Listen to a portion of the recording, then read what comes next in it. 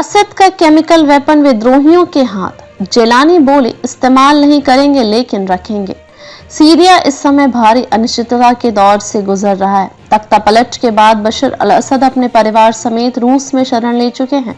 मोहम्मद अल बशीर को 3 महीने के लिए सीरिया का नया केयरटेकर प्रधानमंत्री बनाया गया है। इस बीच देश के सबसे बड़े विद्रोही नेता अबू मोहम्मद अल जेलानी ने ताबड़तोड़ बड़े फैसले लिए हैं।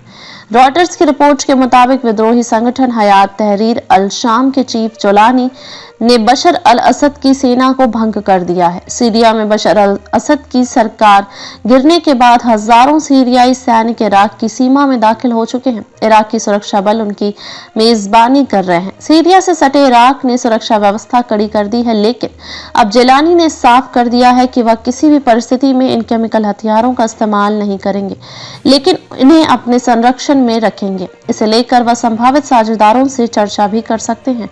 उन्होंने कहा कि वह संभावित केमिकल वेपन्स डिपो पर करीब से नजर रखेंगे और उन्हें सुरक्षित रखने के लिए अंतर्राष्ट्रीय संगठनों के साथ कोऑर्डिनेट करेंगे। जिलानी ने कहा कि वह देश में एक ऐसी सरकार का गठन करेंगे जो टेक्नोलॉजी फ्रेंडली होगी। सीरिया में टेक्नोलॉजी को प्रमुखता दी जाएगी। सीरिया के केमिकल वेपन्स विवादों में सीरिया के केमिकल वेपन्स को लेकर वैश्विक स्तर पर लंबे समय से विवाद चल रहा है। विश्व स्वास्थ्य संगठन और विभिन्न मानवाधिकार संगठनों की रिपोर्टों में कहा गया है कि सीरिया में कई स्थानों पर केमिकल वेपन्स का इस्तेमाल नागरिकों के खिलाफ किया गया है।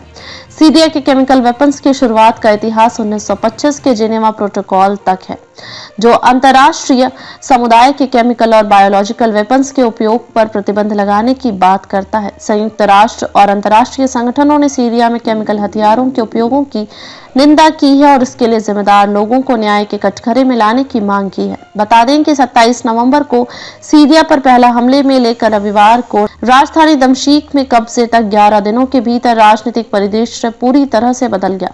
होम से लेकर इदलिब, एलेप्पो, हमा दर्रा और राजधानी दमिश्क तक में विद्रोही अपने झंडे गाड़ चुके हैं। उत्तर पश्चिमी सीरिया में इदलिब प्रांत विद्रोहियों का एक प्रमुख गढ़ है। यह क्षेत्र मुख्य रूप से तहरीर अल शाम नामक समूह के नियंत्रण में है, जो पूर्व में अल नुसरा फ्रंट के रूप में जाना जाता है। यह समूह अल कायदा से जुड़ा हुआ है। इसके साथ ही दक्षिणी सीरिया के क्वीनैत्रा जैसे इलाकों में भी कुछ विद्रोही समूह सक्रिय है।